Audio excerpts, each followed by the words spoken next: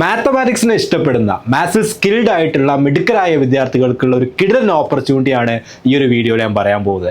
അതായത് maths talent search examination, MTSE എന്നൊക്കെ short ഫോമിൽ നമ്മൾ പറയാറുണ്ട്. ഇത് നിങ്ങൾ പല ആളുകളും കേട്ടിട്ടുണ്ടാവും. കാരണം LKG മുതൽ 12th വരെയുള്ള സ്റ്റുഡൻസിനുള്ള ഒരു ഓപ്പർച്യൂണിറ്റിയാണിത്.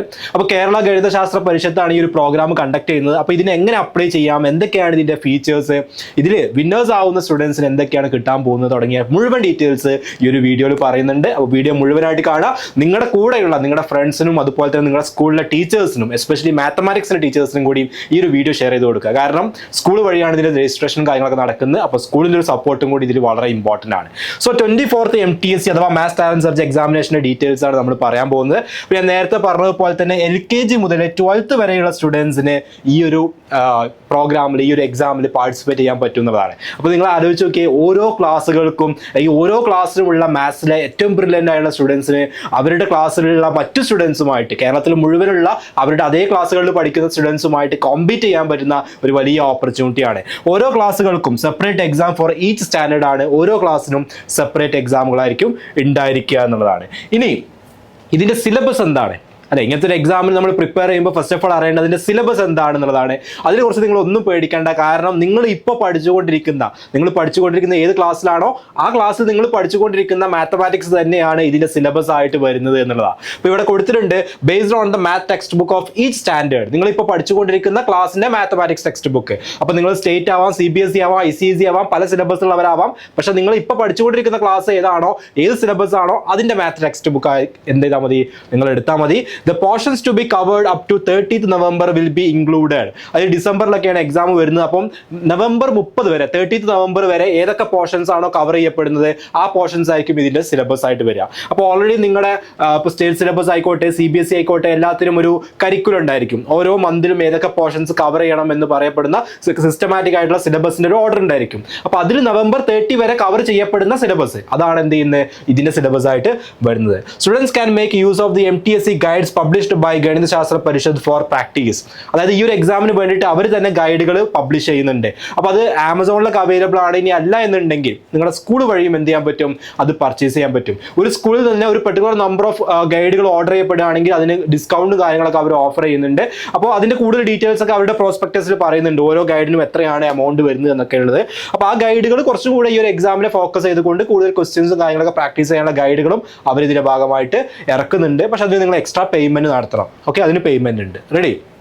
ഇനി ഈ ഒരു എക്സാമിൻ്റെ സ്റ്റേജസ് എങ്ങനെയാണ് വരുന്നതെന്നുള്ള 2 സ്റ്റേജസ് ആയിട്ടാണ് ഈ ഒരു പ്രോഗ്രാം നടക്കുന്നത്. ഫസ്റ്റ് പ്രിലിമിനറി സ്റ്റേജ് ഉണ്ട്, പിന്നെ ഒരു ഫൈനൽ സ്റ്റേജ് വരുന്നുണ്ട്.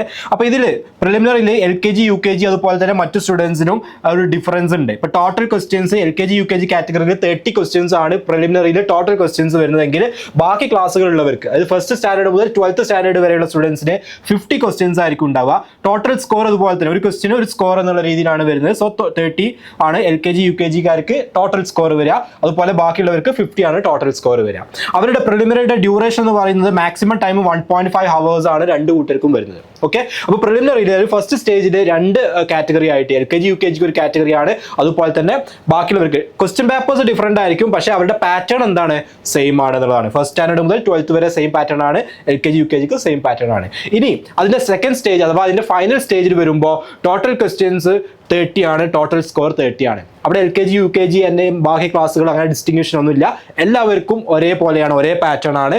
ടോട്ടൽ ക്വസ്റ്റ്യൻസ് 30 ആണ്, ടോട്ടൽ സ്കോർ 30 ആണ്, ടൈം വരിക 1 hour ആണ്. ഓക്കെ, അപ്പോൾ ഇങ്ങനെ 2 സ്റ്റേജുകളിലായിട്ടാണ് ഈ ഒരു പ്രോഗ്രാം നടക്കുന്നത്. അപ്പോൾ ഇതിൽ നിന്ന് സെലക്ട് ചെയ്യപ്പെടുന്ന ഒരു സെറ്റ് ഓഫ് സ്റ്റുഡൻസിനെ ആയിരിക്കും ഫൈനൽ സ്റ്റേജിലോട്ട് കൺസിഡർ ചെയ്യുക. അപ്പോൾ അത് ആരെയാണ് സെലക്ട് ചെയ്യുന്നത്, അതിൻ്റെ ക്രൈറ്റീരിയ എന്താണ് എന്നുള്ളതൊക്കെ ഞാൻ മുന്നോട്ട് പോകുമ്പോൾ എന്ത് ചെയ്യും പറയും. അപ്പോൾ ഈ പാറ്റേൺ കൃത്യമായിട്ട് മനസ്സിലാക്കുക. പ്രിലിമിനറി അല്ലെങ്കിൽ ഫസ്റ്റ് സ്റ്റേജിൽ 2 സെഷനായിട്ടാണ് നടത്തുന്നത്. ഓരോരുത്തർക്കും സെപ്പറേറ്റ് ക്വസ്റ്റ്യൻ പേപ്പർ ആയിരിക്കും, പക്ഷേ പാറ്റേണിൽ ഡിഫറൻസ് ഉണ്ട്. ഫൈനൽ സ്റ്റേജ് വരുമ്പോൾ പാറ്റേൺ എല്ലാവർക്കും എന്താണ്, സെയിം ആണ് എന്നുള്ള കാര്യം മനസ്സിലാക്കുക. ഓരോ ക്വസ്റ്റ്യനും ഓരോ മാർക്ക് വീതമാണ് സ്കോർ അവിടെ അവാർഡ് ചെയ്യപ്പെടുന്നത്. ഓക്കെ, ഇനി ഇവിടെ പറയുന്നുണ്ട് എങ്ങനെയാണ് ഫൈനൽ സ്റ്റേജിലോട്ട് സെലക്ട് ചെയ്യപ്പെടുക. ഇവിടെ പറയുന്നത് first 5 rank holders in each category in the previous examination are selected for the final examination. Clear ആണല്ലോ? അപ്പോൾ നിങ്ങൾക്ക് അറിയാം 2 സ്റ്റേജ് ഉണ്ട്. അപ്പോൾ ആ ഫസ്റ്റ് സ്റ്റേജിൽ നിന്ന് സെലക്ട് ചെയ്യപ്പെടുന്ന ഫസ്റ്റ് 5 റാങ്ക് ഹോൾഡേഴ്സിനെയാണ് എന്ത് ചെയ്യുന്നത്, നെക്സ്റ്റ് സ്റ്റേജിലോട്ട് കൺസിഡർ ചെയ്യുക എന്നുള്ളതാണ് അതിൽ പറയുന്നത്. ഓക്കെ, അപ്പോൾ അതൊരു ആ ഒരു കാറ്റഗറി ക്ലിയർ ആണെന്ന് വിചാരിക്കുന്നു എങ്ങനെയാണ് സെലക്ട് ചെയ്യപ്പെടുക എന്നുള്ളത്. ഇനി rank list are prepared separately for state CBSE and ICSE syllabus. ഞാൻ നേരത്തെ നിങ്ങളോട് പറഞ്ഞിട്ടുണ്ട്, ഓരോ സിലബസുകാർക്കും സെപ്പറേറ്റ് ആയിട്ടാണ് എന്ത് ചെയ്യുക, റാങ്ക് ലിസ്റ്റ് പ്രിപ്പയർ ചെയ്യുക. ഇനി scholarships for top 10 in each category. Final എക്സാമിൽ വരുന്ന ടോപ്പ് 10 വരുന്ന ഓരോ കാറ്റഗറിയും ടോപ്പ് 10 വരുന്ന ആളുകൾക്ക് എന്ത് ചെയ്യുന്നുണ്ട്, സ്കോളർഷിപ്പുകളുണ്ട്. അതുപോലെ തന്നെ certificates for those who scored above 80%. 80% മുകളിൽ സ്കോർ ചെയ്യുന്നവർക്ക് സർട്ടിഫിക്കറ്റുകളും ഇതിന്റെ ഭാഗമായിട്ട് പ്രൊവൈഡ് ചെയ്യുന്നുണ്ട്. ഇനി എന്താണ് ആ സ്കോളർഷിപ്പുകൾ അല്ലെങ്കിൽ സർട്ടിഫിക്കറ്റുകളൊക്കെ, എങ്ങനെയാണ് അതിന്റെ ഒരു കാറ്റഗറി വരുന്നത് എന്നുള്ളത് നോക്കാം നമുക്ക്. അപ്പോൾ ഇവിടെ ഉണ്ട് ഫസ്റ്റ് സ്റ്റാൻഡേർഡ് മുതൽ 12th വരെയും അതുപോലെ തന്നെ LKG to 12th വരെയും വരുന്ന ആ ഒരു കേസ്, 2 കേസുകൾ ഇവിടെ കൊടുത്തിട്ടുണ്ട്. അപ്പോൾ Kerala Malayalam and English medium, CBSE ICSE, okay, ഈ 2 കാറ്റഗറി ഇവിടെ കൊടുത്തിട്ടുണ്ട്. അപ്പോൾ കേരള മലയാളം ആൻഡ് ഇംഗ്ലീഷ് മീഡിയത്തിൽ വരുന്നവർക്ക് എങ്ങനെയാണ് ഓരോ റാങ്കിൽ വരുന്നവർക്ക് ഉള്ളതെന്ന് ഇവിടെ ഉണ്ട്. CBSE ICSE വരുന്നവർക്ക് എങ്ങനെയാണ് എന്നുള്ളതും ക്ലിയർ ആയിട്ട് ഇവിടെ കൊടുത്തിട്ടുണ്ട്. ഓക്കെ, അപ്പോൾ ഫസ്റ്റ് റാങ്ക് വരികയാണെങ്കിൽ gold medal plus 2000 rupees plus certificate ആണ് ഈ ഒരു കാറ്റഗറിയിൽ വരിക. ഇവിടെ അതുപോലെ തന്നെ gold medal plus 2000 plus certificate ആണ് 2 കാറ്റഗറിയിലും ഫസ്റ്റ് റാങ്ക് വരുന്നവർക്ക്. സെക്കൻഡ് റാങ്കിലാണെങ്കിൽ 1500 rupees പ്ലസ് സർട്ടിഫിക്കറ്റ് ആണ്, ഇവിടെയും സെയിം ആണ്. തേർഡ് റാങ്കിൽ വരുമ്പോൾ 1250 പ്ലസ് സർട്ടിഫിക്കറ്റ് ആണ്. പിന്നെ 1000 plus certificate, 700 plus certificate, 600 plus certificate, അങ്ങനെ 500 പ്ലസ് സർട്ടിഫിക്കറ്റ്, 450, 350, 250. ഓക്കെ, ഇങ്ങനെയാണ് എന്ത് ക്യാഷ് പ്രൈസും അതിന്റെ സർട്ടിഫിക്കറ്റും പോകുന്നത്. അപ്പോൾ ഇത് ഫസ്റ്റ് ടോപ്പ് 10 വരുന്ന ഓരോ കാറ്റഗറിയിലും ടോപ്പ് 10 വരുന്ന സ്റ്റുഡൻസിന് അവാർഡ് ചെയ്യപ്പെടുന്ന ഗിഫ്റ്റുകളും അതിന്റെ ഭാഗമായിട്ടുള്ള സർട്ടിഫിക്കറ്റ് ആൻഡ് സ്കോളർഷിപ്പുകളാണ്. ഓക്കെ, ഫസ്റ്റ് റാങ്ക് വരുന്നവർക്ക് ഗോൾഡ് മെഡൽ എക്സ്ട്രാ ഉണ്ടായിരിക്കും. ഓക്കെ, അപ്പോൾ ഈ 2 കാറ്റഗറി ആയിട്ടാണ് കേരള മലയാളം ആൻഡ് ഇംഗ്ലീഷ് മീഡിയത്തിൽ ഫസ്റ്റ് സ്റ്റാൻഡേർഡ് മുതൽ 12th വരെയാണുള്ളത്. അതുപോലെ തന്നെ CBSE ICSE വരുമ്പോൾ LKG to 12th വരെയുള്ള ആ കാറ്റഗറിയാണ് കൺസിഡർ ചെയ്യപ്പെടുക. ഓക്കെ, ഇനി എങ്ങനെയാണ് ഇതിനെ അപ്ലൈ ചെയ്യാൻ പറ്റുക? ഓക്കെ, ഇതിനെങ്ങനെ നമ്മൾ അപ്ലൈ ചെയ്യും? So registration through schools only ഇവിടെ കൊടുത്തിട്ടുണ്ട്.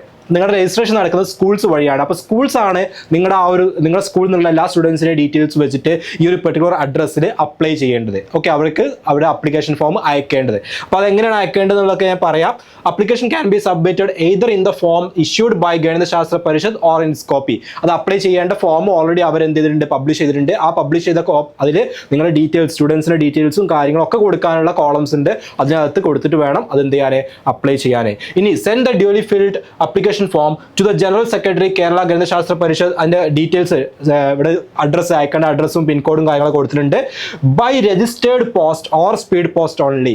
ഓക്കെ, അപ്പോൾ അത് നിങ്ങൾ അയക്കുമ്പോൾ ആ ഒരു അപ്ലിക്കേഷൻ ഫോം സ്കൂളിൽ നിന്നാണ് അയക്കേണ്ടത്. നിങ്ങൾ പാരൻസോ അല്ലെങ്കിൽ സ്റ്റുഡൻസോ അല്ല ചെയ്യേണ്ടത്, സ്കൂളിൽ നിന്നാണ് എന്ത് ചെയ്യേണ്ടത്. അപ്പോൾ അവരത് സ്പീഡ് പോസ്റ്റ് വഴിയോ അല്ലെങ്കിൽ രജിസ്റ്റേർഡ് പോസ്റ്റ് വഴിയാണ് എന്ത് ചെയ്യേണ്ടത്, അപ്ലൈ ചെയ്യേണ്ടത്. അല്ലാതെ കൊറിയർ വഴിയോ മറ്റൊന്നും എന്ത് ചെയ്യാൻ പാടില്ല, അത് അയക്കാൻ പാടില്ല എന്ന് സ്പെസിഫിക്കലി പറയുന്നുണ്ട്.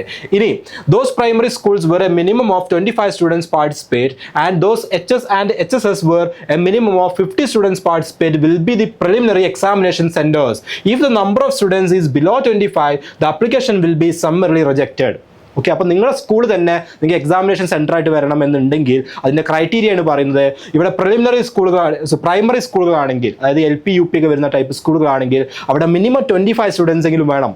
അതുപോലെ തന്നെ ഹൈസ്കൂളോ ഹയർ സെക്കൻഡറിയോ ആണെങ്കിൽ അവിടെ മിനിമം 50 സ്റ്റുഡൻസ് എങ്കിലും വേണം. എന്നാലേ നിങ്ങളുടെ സ്കൂളിനെ അവർ ഇതിലൊരു സെൻറ്റർ ആയിട്ട് കൺസിഡർ ചെയ്യുള്ളൂ എന്നുള്ളതാണ്. അപ്പോൾ സ്വാഭാവികമായിട്ടും ഇത്രയും വൈഡ് കാറ്റഗറി ഉള്ളതുകൊണ്ട്, അതായത് LKG മുതൽ +2 വരെയുള്ള കാറ്റഗറി ആയതുകൊണ്ട് തന്നെ ഇപ്പോൾ ഒരു പ്രൈമറി സ്കൂളിലാണെങ്കിൽ LKG മുതൽ 5th സ്റ്റാൻഡേർഡോ അല്ലെങ്കിൽ 7th സ്റ്റാൻഡേർഡോ ഒക്കെ വരെയുള്ള സ്റ്റുഡൻസ് ഉള്ളതുകൊണ്ട് അതിനൊരു 25 സ്റ്റുഡൻസ് ആ എക്സാം എഴുതുക എന്നുള്ളത് ഒരു പ്രശ്നമുള്ള കാര്യമല്ല, അല്ലേ? ഈസി ആയിട്ട് 25 സ്റ്റുഡൻസിൻ്റെ അപ്ലിക്കേഷൻ അവിടുന്ന് കിട്ടുമെന്നുള്ളതാണ്.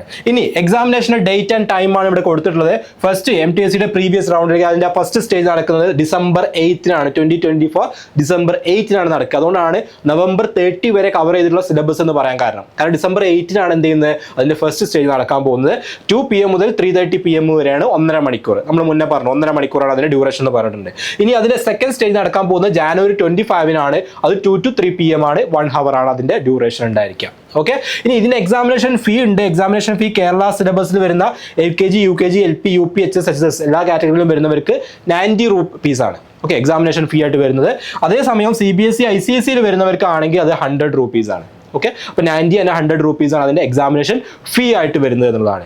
ഇനി ഇത്രയാണ് നമ്മൾ ഈ ഒരു എക്സാമിൻ്റെ ഡീറ്റെയിൽസ്. അപ്പോൾ ഇതിൻ്റെ ഒരു കോച്ചിങ് തരാൻ നമ്മൾ ഉദ്ദേശിക്കുന്നുണ്ട്. ഓക്കെ, എക്സാം വൈ ലേണിംഗ് നിങ്ങൾക്കറിയാം, NMMS USS ന്യൂ മാത്സ് ഇങ്ങനെയുള്ള ഒരുപാട് എക്സാമുകൾക്ക് കോച്ചിങ് ഫ്രീ ആയിട്ട് യൂട്യൂബ് വഴിയും അതുപോലെ വാട്സപ്പ് കമ്മ്യൂണിറ്റികൾ വഴി ക്വിസുകളായിട്ടും മോക്ക് ടെസ്റ്റുകളായിട്ടൊക്കെ നമ്മൾ പ്രൊവൈഡ് ചെയ്യാറുണ്ട്. സോ MTSCക്കും അതുപോലെ ഒരു കോച്ചിങ് തരാൻ നമ്മൾ ഉദ്ദേശിക്കുന്നുണ്ട്. സോ ആ കോച്ചിങ്ങിൽ നിങ്ങൾ ജോയിൻ ചെയ്യാനാണെങ്കിൽ നിങ്ങൾക്ക് ഡിസ്ക്രിപ്ഷനിൽ ഒരു ലിങ്ക് കാണാൻ പറ്റും. ആ ലിങ്കിൽ ക്ലിക്ക് ചെയ്ത് കഴിഞ്ഞാൽ നമ്മുടെ വാട്സപ്പ് കമ്മ്യൂണിറ്റിയിൽ ജോയിൻ ചെയ്യാം. അപ്പോൾ കേരള കേരളത്തിൽ നിന്ന് MTSCയുടെ ഈ ഒരു എക്സാമിന് പ്രിപ്പയർ ചെയ്യുന്ന മുഴുവൻ വിദ്യാർത്ഥികൾക്കും വേണ്ടിയിട്ടാണ് നമ്മൾ ആ ഒരു കമ്മ്യൂണിറ്റി ബിൽഡ് ചെയ്തിട്ടുള്ളത്. സോ ആ കമ്മ്യൂണിറ്റിയിൽ നമ്മുടെ ഓരോ വീഡിയോസ്, ക്ലാസ്സുകൾ, ലൈവ് ക്ലാസ്സുകൾ, മെൻറ്റി ക്യൂസുകൾ, മറ്റ് ക്യൂസുകൾ, കാര്യങ്ങൾ എല്ലാ ഡീറ്റെയിൽസും ആ ഒരു കമ്മ്യൂണിറ്റിയിൽ വരുന്നതാണ്. മാത്രമല്ല നമ്മുടെ കൂടുതൽ അഡീഷണൽ ഇൻഫർമേഷൻസ്, ഇപ്പോൾ ഞാൻ പറഞ്ഞതൊക്കെ ഇപ്പോൾ അവർ പുറത്തു വിട്ടിട്ടുള്ള ഡാറ്റ വെച്ചിട്ടുള്ള ഇൻഫർമേഷൻസ് ആണ്. എന്തെങ്കിലുമൊക്കെ അഡീഷണൽ ആയിട്ടുള്ള കാര്യങ്ങളോ അല്ലെങ്കിൽ കൂടുതൽ പ്രീവിയസ് ഒരു ക്വസ്റ്റ്യൻ പേപ്പർ കാര്യങ്ങൾ അങ്ങനത്തെ ഡീറ്റെയിൽസ് ഒക്കെ വരികയാണെങ്കിൽ അതിൻ്റെ ഓരോ കാര്യങ്ങളും അപ്ഡേഷൻസ് നമ്മൾ ഈ ഒരു കമ്മ്യൂണിറ്റിയിൽ അപ്ഡേറ്റ് ചെയ്യും. അപ്പോൾ നിങ്ങൾക്ക് ഡിസ്ക്രിപ്ഷനിൽ, ഈ വീഡിയോയുടെ ഡിസ്ക്രിപ്ഷനിലും കമൻറ്റ് ബോക്സിലൊക്കെ ആ ഒരു വാട്സപ്പ് കമ്മ്യൂണിറ്റിയിലോട്ട് ജോയിൻ ചെയ്യാനുള്ള ലിങ്ക് കാണാൻ പറ്റും. സോ ആ ലിങ്കിൽ കയറിയിട്ട് എന്ത് ചെയ്യുക, കമ്മ്യൂണിറ്റിയിൽ ജോയിൻ ചെയ്യുക. ബാക്കി കൂടുതൽ ഡീറ്റെയിൽസ് ഒക്കെ നമ്മൾ അവിടെ ഇൻഫോം ചെയ്യുന്നതാണ്. അപ്പോൾ ഇതുപോലത്തെ ഒരുപാട് ഓപ്പർച്യൂണിറ്റീസ് ഉണ്ട് നമുക്ക്. ഇപ്പോൾ MTSC എന്ന് പറയുന്നത് അതിൽ പെട്ടെന്ന് ഒരു ഓപ്പർച്യൂണിറ്റി മാത്രമാണ്. അപ്പോൾ ഇത്തരത്തിലുള്ള കൂടുതൽ ഓപ്പർച്യൂണിറ്റീസ് എല്ലാം നമ്മൾ ഇതുപോലെ ഈ ഒരു യൂട്യൂബ് ചാനൽസ് വഴി നിങ്ങളെ അറിയിച്ചുകൊണ്ടേ. അപ്പോൾ അങ്ങനത്തെ കാര്യങ്ങൾക്ക് നിങ്ങൾ എന്ത് ചെയ്യുക, കൈൻഡ്ലി അല്ലെങ്കിൽ കൃത്യമായിട്ട് ഈ ഒരു സംഭവം എന്ത് ചെയ്യുക, ഫോളോ അപ്പ് ചെയ്യുക. ഈ ഒരു യൂട്യൂബ് ചാനൽ ഫോളോ അപ്പ് ചെയ്യുക. ഇതിൽ വരുന്ന വീഡിയോസ്, ഓരോ വീഡിയോസിലും അല്ലെങ്കിൽ ഇതുപോലത്തെ ഓരോ ഇൻഫർമേഷൻസ് വരുന്ന വീഡിയോസിലും നമ്മൾ കൃത്യമായിട്ട് അതിനെ എങ്ങനെ അപ്ലൈ ചെയ്യണം, സിലബസ് കാര്യങ്ങളെല്ലാം പറയാറുണ്ട്. അത് കൃത്യമായിട്ട് ഫോളോ ചെയ്താൽ തന്നെ നിങ്ങൾക്ക് ഈസി ആയിട്ട് ഇത്തരത്തിലുള്ള ഓപ്പർച്യൂണിറ്റീസ് നല്ല രീതിയിൽ യൂസ് ചെയ്യാൻ പറ്റും. ഓക്കെ, അപ്പോൾ ഇത്രയുമാണ് ഇതിനെക്കുറിച്ച് പറയാനുള്ളത്. അപ്പോൾ ഈ ഒരു ഡേറ്റുകൾ കൃത്യമായിട്ട് ഓർത്ത് വെക്കുക. December 8 ആണ്. അപ്പം December 8 എന്ന് പറഞ്ഞാൽ കുറേ കാലം കഴിഞ്ഞിട്ടല്ലേ എന്നൊന്നും വിചാരിക്കരുത്, വളരെ അടുത്താണ്, പെട്ടെന്ന് ടൈം ആവും. അപ്പോൾ നമ്മൾ അതിന് ഇപ്പോഴേ എന്ത് ചെയ്യണം, പ്രിപ്പറേഷൻസ് തുടങ്ങണം. അപ്പോൾ അതിൻ്റെ ക്ലാസ്സുകൾ നമ്മൾ തന്നു തുടങ്ങും, ഫ്രീ ആയിട്ട് തന്നെ നമ്മൾ അതിൻ്റെ കോച്ചിങ് തന്നു തുടങ്ങും. അപ്പോൾ കമ്മ്യൂണിറ്റിയിൽ ജോയിൻ ചെയ്യുക, ബാക്കി ഡീറ്റെയിൽസ് എന്ത് ചെയ്യുക നമുക്ക് അവിടുന്ന് അറിയാം. Okay, thank you.